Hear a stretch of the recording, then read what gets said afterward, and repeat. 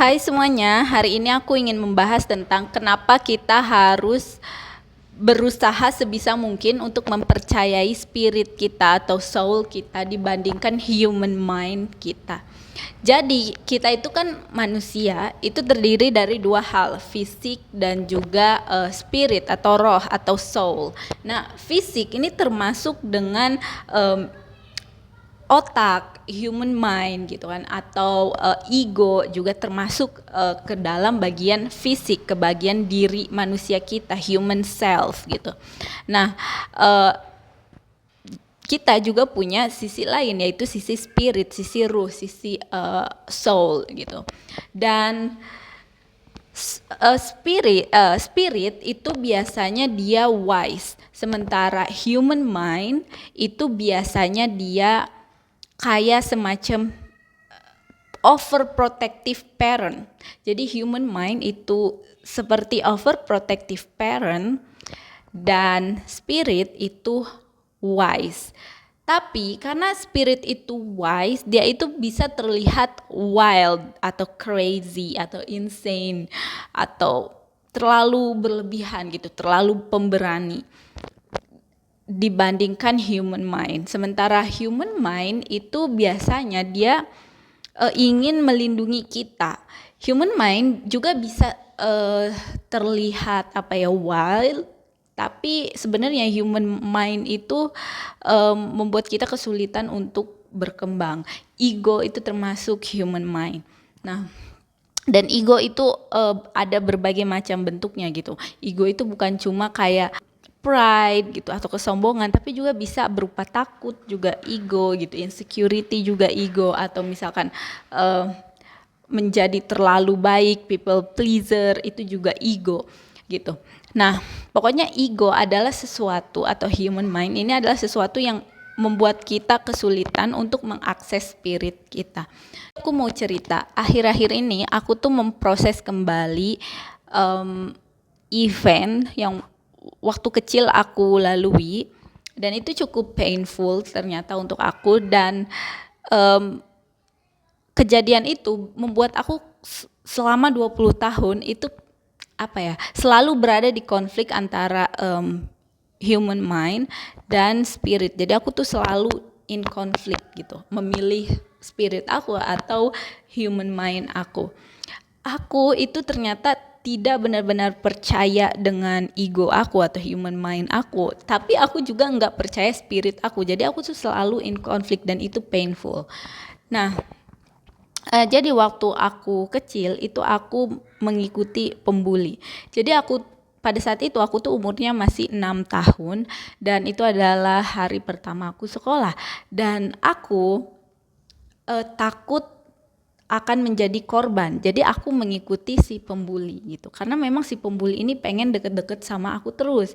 Dan aku sebenarnya itu kayak spirit aku, soul aku itu sebenarnya ingin banget ngebantuin si victim, dan aku ingin banget berteman dengan si victim. Tapi human mind aku, ego aku itu membuat aku tidak melakukan itu. Justru aku malah berteman dengan si bully atau bersembunyi gitu, karena aku nggak mau jadi korban, karena aku nggak mau aku yang jadi korban. Jadi aku melindungi diri aku sendiri. Jadi jadi si human mind ini seolah-olah melindungi aku, padahal sebenarnya enggak, karena selama bertahun-tahun aku berada di konflik dengan diri aku sendiri. Dan aku nggak blaming diri aku waktu umur 6 tahun gitu ya. Aku nggak menyalahkan dia sudah melakukan hal terbaik yang dia tahu, yang dia bisa gitu.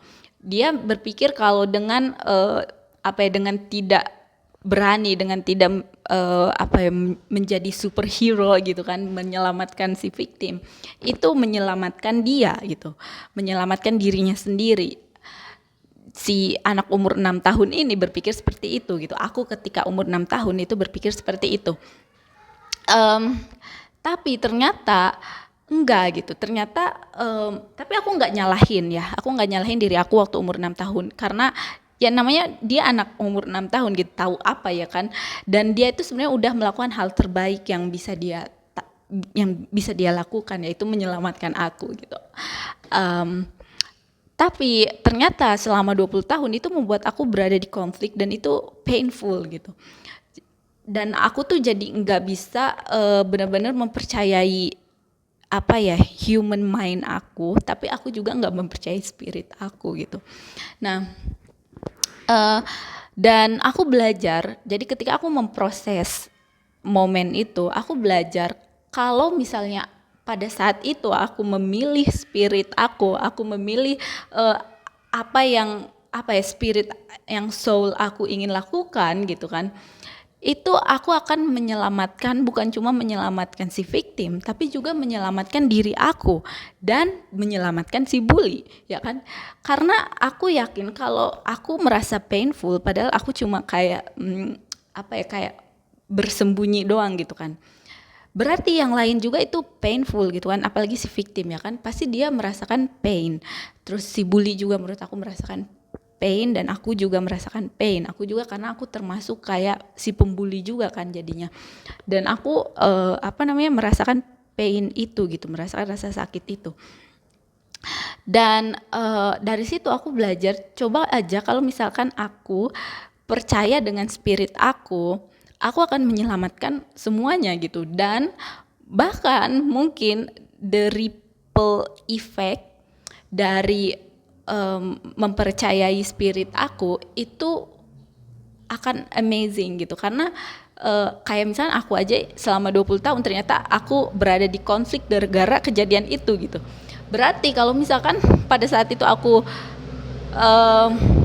nurut ke spirit aku bukan cuma menyelamatkan aku gitu kan, tapi juga mereka gitu. Mereka juga pasti tidak berada di konflik sama seperti aku, atau mungkin mereka udah healing duluan, mungkin aku yang paling telat healingnya gitu kan.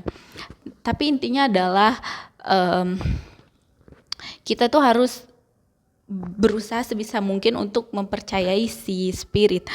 Dan itu memang terdengar seperti cerita, maksudnya apa ya, kesadaran anak umur 6 tahun gitu. Tapi sebenarnya kesadaran anak umur 6 tahun itu bisa terbawa sampai sekarang, sampai umur 20 tahun lebih, sampai hampir 30 tahun gitu, tanpa kita sadari.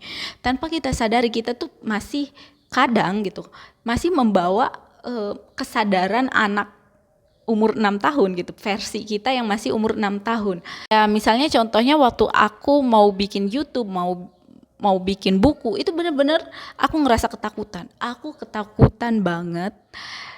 Aku takut dijudge, aku takut dikritik, aku takut dipermalukan dan lain sebagainya. Pokoknya aku takut salah, pokoknya aku takut. Tapi aku kayak berusaha untuk mempercayai spirit aku, dan aku bikin YouTube, terus ya udah bikin buku dan lain sebagainya. Dan ternyata ketakutan aku itu adalah nggak bener gitu. Dia itu cuma overprotective doang, dia itu kayak overprotective parent. Ternyata setelah dijalani, ternyata YouTube aku itu justru membantu orang lain. Banyak orang yang ternyata menghubungi aku dan merasa terbantu dengan video aku ataupun terbantu dengan buku aku. Jadi ternyata otak aku itu cuma overprotective gitu. Dia itu memang niatnya itu baik untuk melindungi kita. Jadi dia itu ingin kita itu aman dan nyaman. Dan karena ketika kita memilih spirit, itu kadang kita itu keluar dari zona nyaman, keluar dari zona aman. Jadi dan itu menakutkan bagi ego. Dan kita harus belajar untuk membuat pathway, untuk membuat jalan supaya sedikit demi sedikit supaya kita tuh terlatih untuk mempercayai spirit kita, untuk mempercayai intuisi kita gitu. Bukan mempercayai ketakutan kita atau ego kita gitu. Semoga video ini bermanfaat. Bye.